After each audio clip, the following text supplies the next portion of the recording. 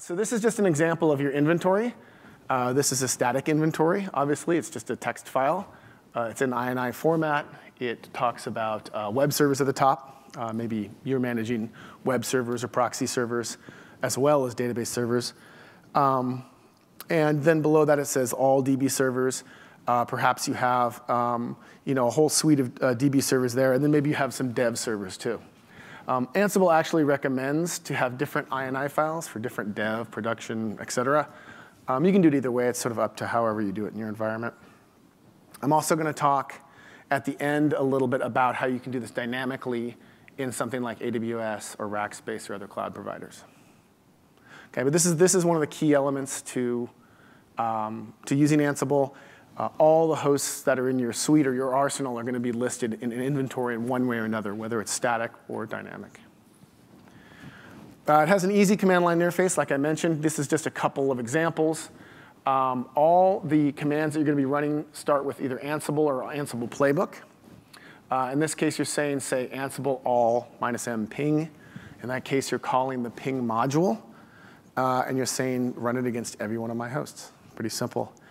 Or perhaps I'm saying, hey, I want to ping all my dev DB servers. Or I want to run a command called echo hello on all my servers. Okay, so this is basic stuff. You all raised your hand that you know what Ansible is. This is kind of how the command line works. The last one, the -F10, is in parallel. So you can reboot all your prod DB servers in parallel all at once. So that might be a bad thing. Maybe it's a good thing if there's an outage or a problem, or maybe you're some sort of issue and you've got to reboot those things right away. Okay, so modules, again, are a core construct in Ansible. There are core modules, and those are listed on the website, and they do everything from pinging to MySQL to MongoDB to Postgres to altering stock config files to installing Yum packages.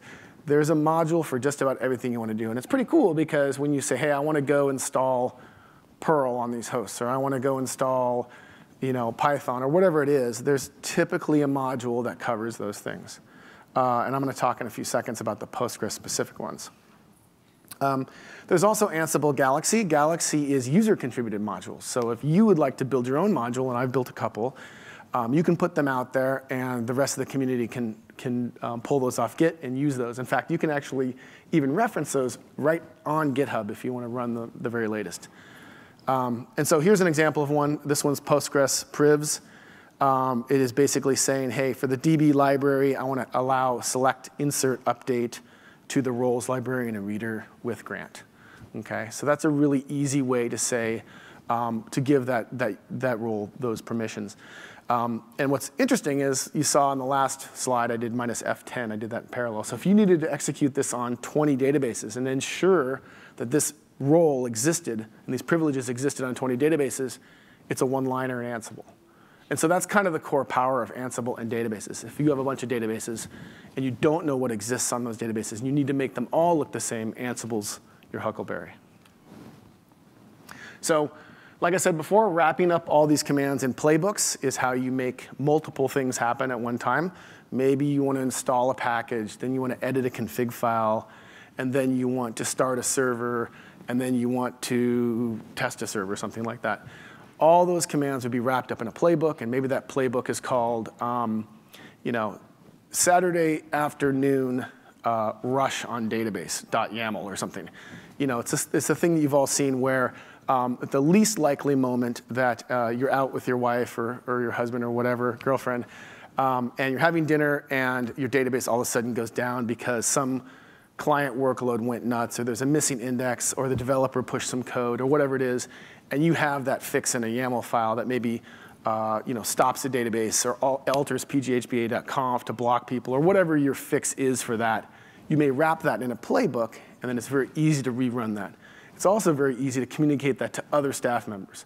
Like, dude, just run the fixit.yaml, just run it, well, that'll fix everything, kind of thing. So that's the real power. And at the bottom there, you can see how it runs. You call Ansible-playbook, you specify your inventory file, and then you just give it a YAML file, and that's the playbook that it's going to run. Okay, that's the real quick, went through that super quick, Ansible high-level stuff. So how is Ansible and Postgres very powerful together? You don't hear a lot of people talking about using Ansible in databases, and I'm not sure why. We use it at Rackspace and ObjectRocket quite a bit. In fact, all of our database infrastructure is managed by Ansible, especially some of our new products like Elasticsearch. So whether it's Postgres or not, we actually implement these standard procedures for all the databases. And that's just so that if we have to tell a new DBA how to do something, or even just making sure that all of our changes are checked in, buddy checked, gone through Git, gone through dev, gone through production, so that we know when we're running something via Ansible, it's going to be actually production grade. It's going to do what we expect. So do you need Ansible is the first question I think you should ask. And the answer is probably. If you have more than a few databases, you probably need something like Ansible. A lot of folks have cooked up their own scripts, have cooked up their own procedures over the years. If you have more than one database, or you've done something more than once, of course you're going to have that in a SQL file, or your shell script, or whatever it is that's part of your procedures. But Ansible is pretty cool because Ansible allows you the flexibility to run whatever it is in a common framework that all your team members and all the folks on your staff can understand. So I think it's very powerful to kind of move my repository of old school bash scripts and SQL files to something like Ansible so that I have a common framework to describe things to folks. It is good for database provisioning, but as DBAs and DevOps folks, we don't provision often, right? We provision fairly seldom. We build a database, we fill it with data, but our primary job is to manage those databases over time, manage the schema, the users, the roles, replication, lag, things like that. So I find that the thing that Ansible is designed to do, and provision and build things, I actually do seldom. It's more about the database management side that we end up using Ansible for. And I'm going to talk more about that. And ultimately, that just means DBA sanity. You have a very clean-cut way of running jobs, running code, and implementing things against your servers that's very predictable and known. So let's talk about idempotency a little bit, because databases aren't necessarily idempotent, right? You can't just rerun something on a database every time. You can't say, update a row and add one to it. Well, that's every time you do that, you're actually mutating it, right? You have to say set it equal to 5 or something like this. So that's a consideration as you build scripts and as you build playbooks, is you have to realize that these things can be rerun over and over and over again. So you have to make sure that you're not actually adding relative measures. You have to make sure that you're actually going to construct something that will be idempotent at the end of the day. And databases are more sensitive than other things to that. All right, so let's talk about provisioning a little bit. This is the basic provisioning of Postgres. And here's how it kind of goes. This is the YAML file. This is a playbook. In this case, there's a group, and it's called PG group, and I want to make sure that is present. So it's going to add that. Then it's going to add a user. This is OS user. Then it's going to install a yum package, a couple of yum packages. And in this case, I'm installing PipelineDB. So this morning, I don't know if you guys saw, but there's a PipelineDB presentation. It's quite good. I'm a fan, and I've been using that. So some of these examples are PipelineDB related. Anyway, then you initialize the database. In this case, it calls init. And it's ignoring any errors. Maybe that's what you want. Maybe it's not. And then it's going to do things like alter the PGA conf and et cetera, et cetera. So basic DB setup. If you have 100 databases or you're building slaves or replicas, maybe you need to do this more often. But it sure does make it easy if you have a common way to do it every time. If you're like me, you probably have a shell script that has done this. You've done this for a long time. I recommend moving it to Postgres, or to Ansible. OK, and here's what the output looks like. So I called Ansible playbook -i host.txt, which is my inventory. We talked about that. And then say setup pipeline.yaml. And what it'll do is it'll say, I'm running this play. It'll go out and gather facts. In this case, it's hitting 3 different IPs. It's going to go ahead and add the group, blah, blah, blah, blah.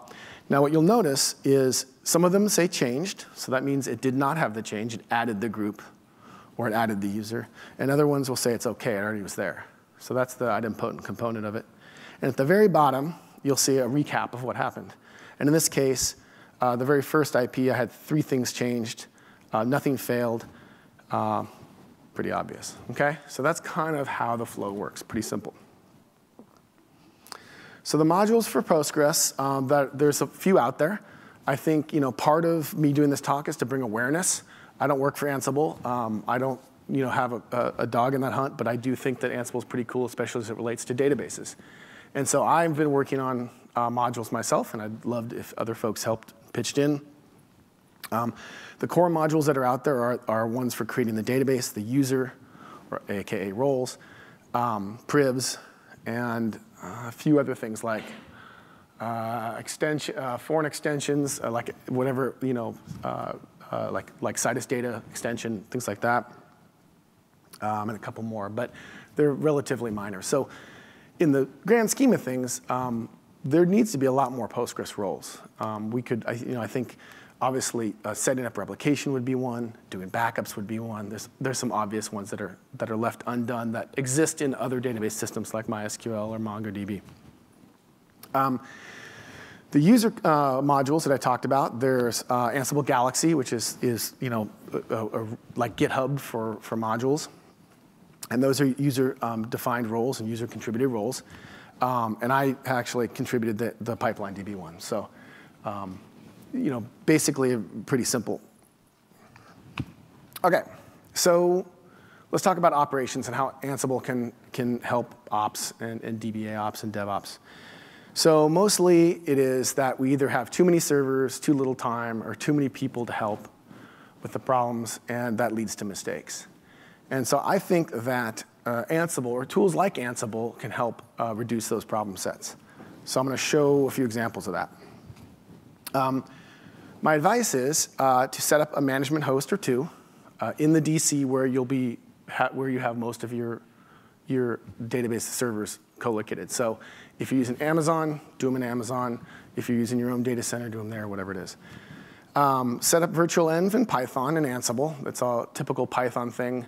Ansible's written in Python, so you'll probably want to use virtual env.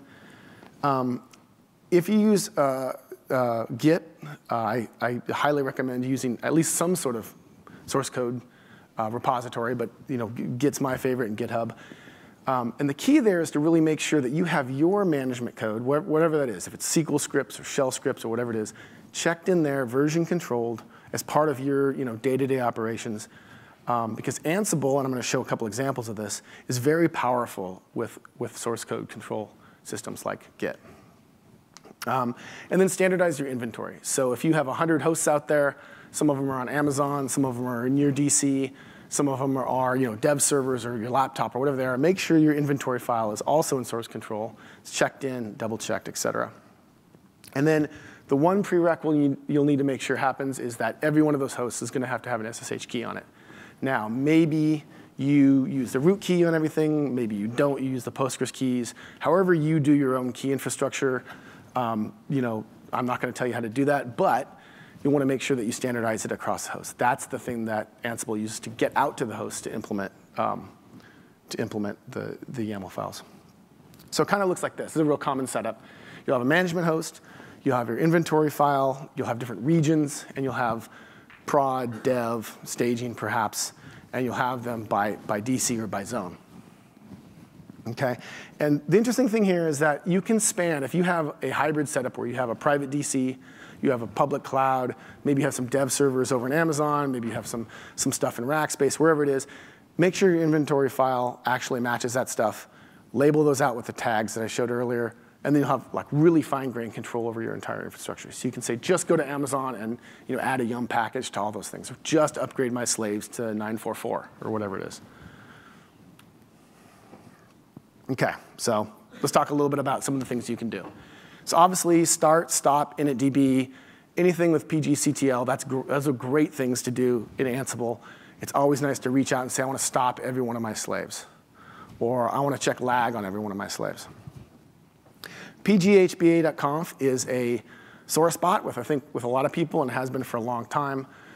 Getting it right and making sure that it's standardized, making sure that you're not blocking access where you shouldn't, alleviating the pains with well, what is wrong with this file?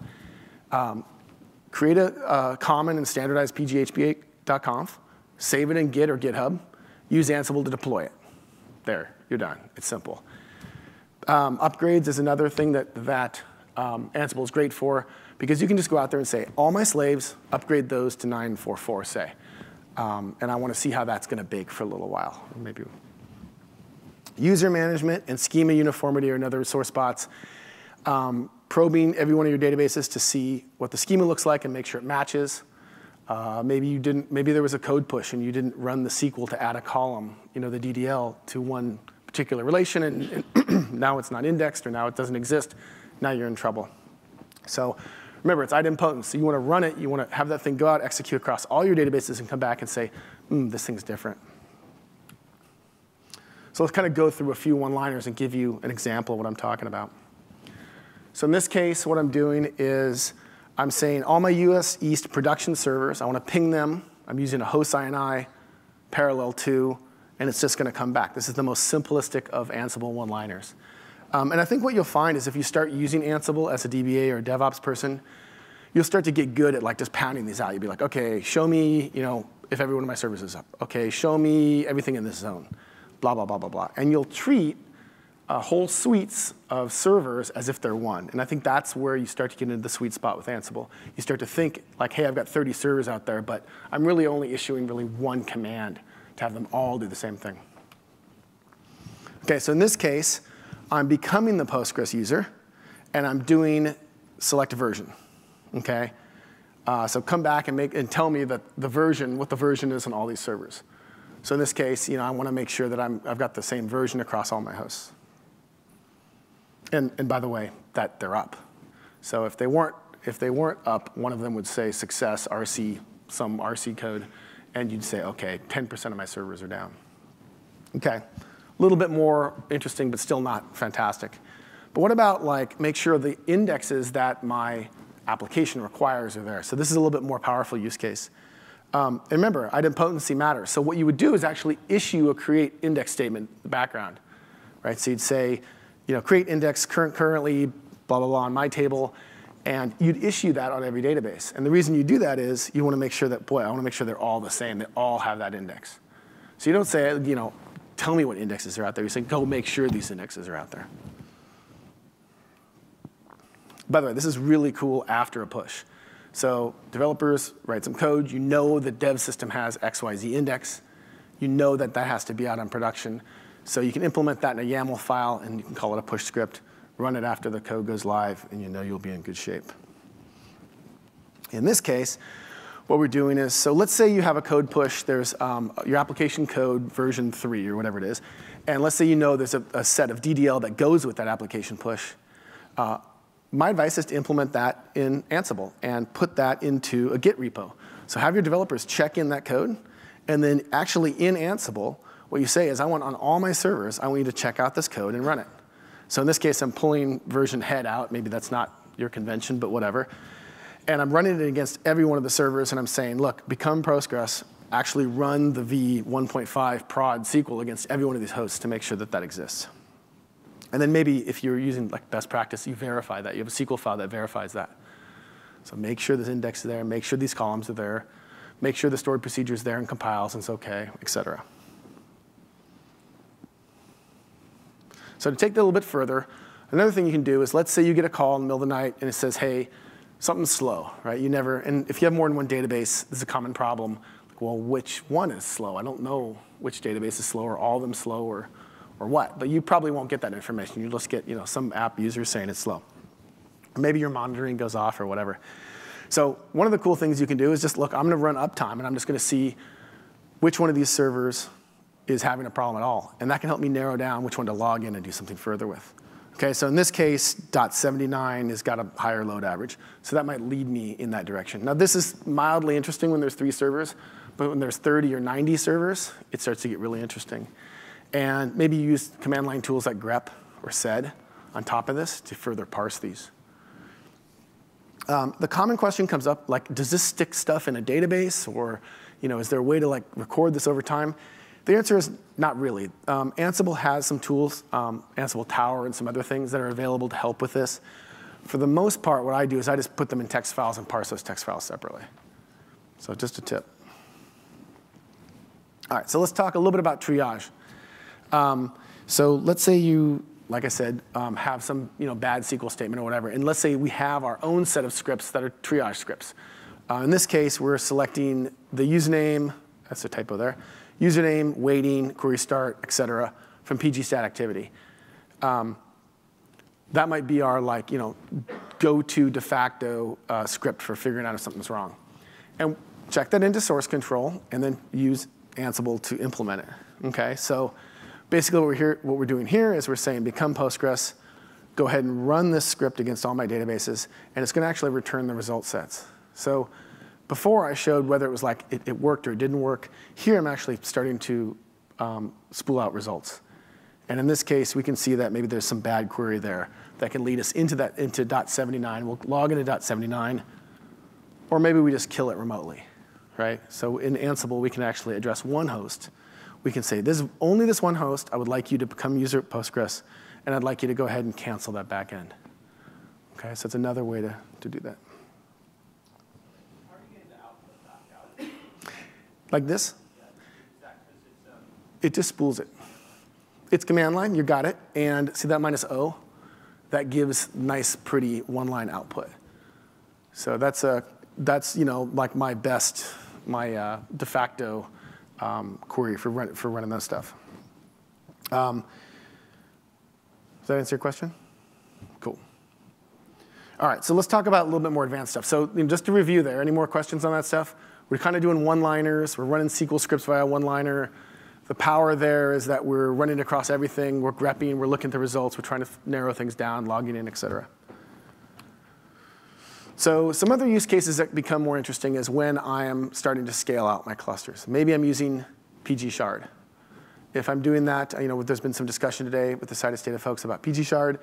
And maybe I need to install different versions of pgshard or upgrade pgshard across all my hosts. If I'm sharding, I probably have a lot of hosts anyway.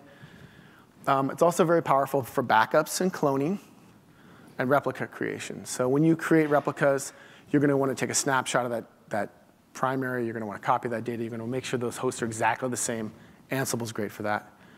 And then performance tuning. And I showed here kind of a very basic example of performance tuning, right?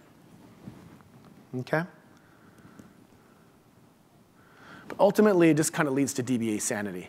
So I'm not just saying Ansible's your answer. I'm saying organization is your answer, and Ansible does a really good job of that. So Ansible paired with Git and GitHub does a really good job of that.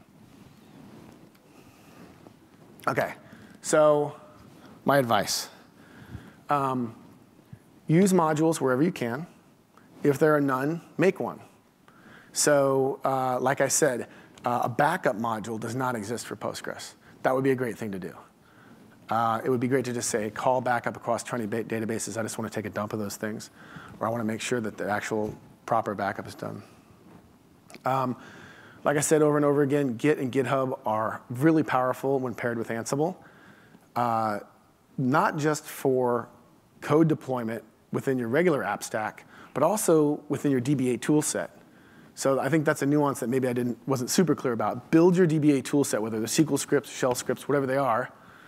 Build those into Ansible by checking them into Git, and use Ansible to pull them out of Git and run them. Use the cloud and set up dynamic inventory. So when I first talked about inventory, you saw the different tags, US East, US West, et cetera. In a cloud environment, those are really dynamic parameters. Your cloud provider kind of owns those items. Whether it's Rackspace and implementing it with OpenStack, or whether it's AWS, either one of those, or other providers, those are just the two that come to mind. Either one of those providers have extensions in Ansible, and that's called dynamic inventory. If you're using the cloud, I highly recommend that you use dynamic inventory, because that's going to allow you to say, hey, go out and hit everything in US East. And that's going to use their API. It's going to pull back everything in East. And it's not going to be a static list. So for this talk, I've been talking a lot about the inventory, INI, and a static list. If you're using the cloud, dynamic inventory is the way to go. Okay? I'm not going to go into that in this talk, because it's literally like a whole talk. But if you just Google for dynamic inventory Ansible, you'll read about how to do it. It's not too terribly difficult, and it's pretty awesome. And then use ad hoc Ansible commands and playbooks in unison. So most of the folks, like if Ansible Fest is tomorrow, if you guys were to go there, mostly they'll talk about modules and they'll talk about playbooks. But as a DBA, I want to, or DevOps folks, I want to kind of stress Ansible as a command line tool is pretty damn powerful. And don't forget that. And use it, those one-liners that I showed you, use things like that in your environments and don't feel bad about it. So ad hoc Ansible commands, even if you're just making it up on the fly, like I did the cancel backend, do those things. And then playbooks for more standardized processes. Maybe those are rollout. Maybe those are creating indices or indexes after a push. And playbooks are really good for communicating amongst your team members. So if you have 5 DBAs or 3 DBAs, having a playbook for each play or problem or thing that you do. So let's say my slaves lag at 3 a.m. Well, run the, figure out what the slave lag problem was, YAML file at 3 a.m. is very important. And so I can't tell you what to do in your environment, but we all have those things. I can guarantee each and every one of you has your magical SQL scripts that help you out when there's a problem. Implement those in Ansible. That'll be very, very powerful for you. And that's it.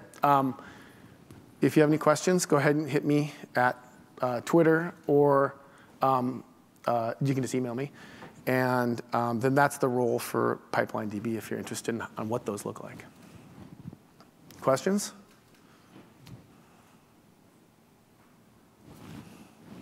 Debugging playbooks. Yeah. Good question. What's happening on the remote machine, and everything that broke is over there, and there's no log that Ansible gives me that actually tells me what the F happened. So you've used Ansible a few times, it sounds like. So Provisions of EC2 servers that aren't turning up to be the right way. Like, oh, I need that partition structure set up differently. I think there's. Do what I said. OK, so let me see if I got the question correct. This is a great question. The question is, how do I debug things when I create a playbook? Let's say I have 10 steps, and the third one goes wrong, or it did something I don't understand, or know what it did. But the playbook says OK. Got it. OK. Everything keeps trying to go on, except all subsequent steps in that playbook depend on number 3 actually working. Yes. OK, it's a fair question. So So you have this beautiful cascading failure that actually looks like a success. it's a great question. So there's 2 things. Well, there's really 3. The first thing is, as soon as a step fails, it's supposed to actually remove that host from any further action. So if it tries to yum install something and it doesn't work, it's not supposed to try to do anything further. Supposed to. But this isn't the bringing up level. I think that's why. In the what level? This is bringing up the instances on EC2, for example. You mean actually provisioning a host on EC2? Host at that level and saying it needs to have this. That's a question for the EC2 folks. Figure out Have you tried it on Rackspace? No, I'm sorry, that's terrible. Anyway, I don't know. I don't know about EC2 failures specifically, but the way Ansible. But it's a really good question about how do you know that something actually worked. What I'd really love to get is find a way to get stuff back to the Ansible level. Like, I want to get logs off that remote machine at a time when SSH isn't up necessarily in this particular situation. So I, Yep. you went over there and did a thing. You have to have known what you've done. Yep. But you don't actually put anything out with the command line. Like, the beautiful command line stuff is lovely until something doesn't work. And then sometimes there's data there, and sometimes what it says is so cryptic, you have no idea what actually went on. And this is a really good point. So, getting feedback from Ansible, how does that work? Well, there's a couple of facilities there, and it may or may not give you everything you need, but it's worth discussing. First of all, if you're using an API for dynamic inventory, there's a delineation between that actual inventory and the things you're doing in Postgres, right? So if you ask, I think it uses Bo2 underneath to hit the AWS API. If it does that, those underpinnings may, and by the way, on the Rackspace, it hits Nova API. So if it's hitting those APIs and not bringing back the right information, you may have like a ghost or orphan server. My suggestion there is to ping them. I showed that script. My suggestion is to maybe write a shell script that validates what you think is there, and execute that. So like, tell me it's really the way I want it to be. The Ansible folks they're gonna tell you it's not supposed to work that way. I'm gonna tell you, you probably should do that just to be safe. So that's one part. The other part is Ansible does return a facts object, and you can actually go out there and probe for the facts. Now, the facts are very much OS level. It doesn't, like if you say, hey, go set up Postgres and have the Postgres module return facts, it's not going to give you every possible fact. It's not going to tell you like the Postgres version, for instance. You have to do that yourself. So I think my long or the short answer is that I'd write some sanity scripts that actually decide that what you think happened, and run those to convince yourself that you're in good shape. And then the other thing would be maybe to look at the facts that come back from Ansible and see if those are actually appropriate. And lastly, if there's an issue, provisioning servers on something like a dynamic, like a cloud provider like Amazon or Rackspace, just mentally have a difference between provisioning in Ansible using those APIs than Ansible itself. So maybe what you do, like using Rackspace Nova, you actually issue a Nova command to make sure that that's true or not, and figure out what level of the API maybe it's failing at. So that's just. Yeah. Fair enough. Beginning you said it's just a provision tool. So, and you say it's not a full stack or something. So, like, what problem this doesn't solve the issue? So, just to be clear, Ansible is traditionally known as a provisioning tool. So if you go out in the community and you start talking about Ansible, they're going to say, yeah, I use it to provision my servers. That's what most people will say. They provision some web servers, or they set up Vagrant and run some containers or something. It's a very common use case. What I'm saying is that Ansible is also good for managing database stuff, especially when you have more than one server. What it's not good at is if there is a fire right now, right here and now, and you've narrowed it down to what the server is, there's a point in which you stop using Ansible and you start just logging in and using that server directly. I can't tell you where that point is, but in my mind, it's sort of like once you've kind of narrowed down the server or servers that are in your problem set, when there's a problem of some sort, do your normal DBA thing, right? Like get in there and figure out what's going on. Is there, maybe you've got bad disks, the disk rebuilding, there's a vacuum running, or whatever it is. That's the point in which you kind of, okay, Ansible, thank you for getting me to this point, and now I'm going to go ahead and just pick up with my normal, DBA activities.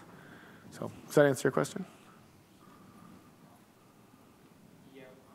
Apart from this, you say some stacks,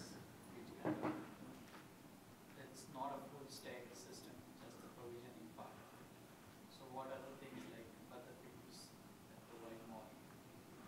Well, there's 2 or 3 different peers of Ansible out there, and I think, from my opinion, Ansible is the most human-readable format. It's not running code, so it's a plus on its side. And that's kind of how I compare and contrast. Like I'd say that Ansible's kind of, and also it's written in Python. So for me personally, I like that, but that may not be your cup of tea. So,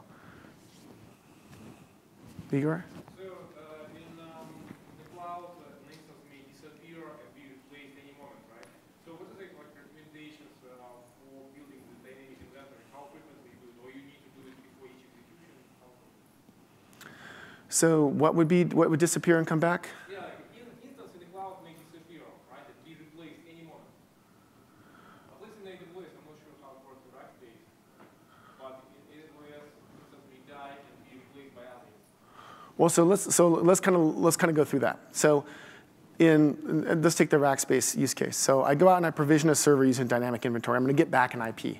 That's my IP. Maybe it's a slave, maybe it's a primary, whatever it is. But I'm counting on that thing to work. It's probably in a container, or it's probably virtualized in some way, shape, or form. But that's a database. It's persistent. I need that data. So it depends whether you're using ephemeral instances or what. But if you're using a standard, normal cloud node, you should be able to count on that IP. Yeah, and I think, like in Amazon, there are ephemeral nodes, so if they shut down and they come back, your data's gone. So I think, in that case, you want to make sure that you have you choose the right type of instance. I will have my storage will attach to new instance, but this new instance will have new IP. So you do a couple things there. One is you could set up load balancer, right, and give your own DNS names to those things, and then use DNS inside your inventory. That's a common way to do it.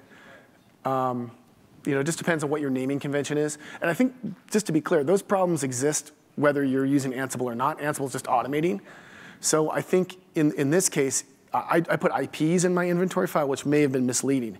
So maybe what you want to use is DNS names in that case. So that's a fair point. In your journey from the old way of doing things to Ansible, did you also investigate Salt as another Python? Not as much, to be honest. So I wasn't my decision to start using Ansible, but once we started using Ansible, we kind of went whole hog. And so, and frankly, we don't do Rackspace ourselves. We have a database as a service for Mongo and Elasticsearch and Redis, and all those things are, for the most part, implemented in Ansible. Postgres, we don't have a service for, actually. And so it's something that, as I talk to folks, they can actually use Ansible in a similar way that we do internally, and that's kind of been the progression. So that's kind of how we got from there to here, to be fair. I think any one of the, a myriad of 9 or 10 options now that are out there. I said 3 before, but there's more now. The attributes that I think are important, just kind of going through this journey, is number 1, if whatever you're executing is readable by most of your staff in an easy way, that's a very important thing. And I know it sounds trivial, like, well, of course they should understand C. It doesn't always work that way, right? Errors can happen, and folks can miss stuff. So I think in a DBA team environment, it's very nice to have a YAML file that's using modules in a very clear and concise way. And I think that's kind of the power of Ansible. If other systems have a similar construct, then I'd say that's a positive thing for them too. So hopefully that helps a little bit. You were talking a little bit about PGHBA.com apps. Have you actually done that? Is there a better module of choice? This is a good question. So, and I didn't want to go into it too deep because it gets complicated quick, but let's just go right. I'm going to go back to a slide here that might help. OK, so this is a template. So playbooks are templates, and you'll see the double curly brackets. That's a Jinja 2 templating paradigm. That's what Ansible implements. So you can put an Jinja style variable in anything, including a file template. So the way that I typically do pghba.conf is I will check it into Git with variables. Okay, so it'll look just like that. It'll be named .j2 or whatever, and Ansible will actually move it out to every one of the hosts and replace those variables at runtime. So to me, that's the easiest way to actually use Ansible and pghba.conf together, is to have it in Git so that like, what happened on Thursday? Well, we put a new version of the file into Git, and we push it everywhere, and now the reporting user can't get in there. OK, we'll go back and run the old one, or whatever it is. Like me, you've probably been bitten by misconfiguring or screwing up pghba.conf at least once. And so Ansible makes that real easy, because you can just say on every host, make it equal to whatever version in Git. And I think that's a really important key takeaway. In this case, what I would look for is the Jinja 2 template and the file module. I don't have an actual, I do right there. See where it says template source equals pipeline conf.j2? You would have a similar one called like pghba.conf.j2. And you can see there, like pg prefix would be the data dir / pipelinedb.conf. See how it kind of copies it out to a different name? That last line where it says template, and assigns an owner in a group. pghba.conf works just the same way. Does that make sense? If not, see me afterwards, and I can show you a concrete example. Anybody else? Online commands, they execute it all in parallel, right? If you launch them, they won't read each other. Correct. Oh, well, it depends on how you launch it. If you go way back, that bottom line, minus F10, that sends them all out in parallel, non-blocking. They all come back when they're done. So there is an option to do the professional? I don't remember. I think if you wanted to do them sequentially, you'd omit that option, and it would just 1, 2, 3, 4. OK, thanks, guys. I really appreciate it.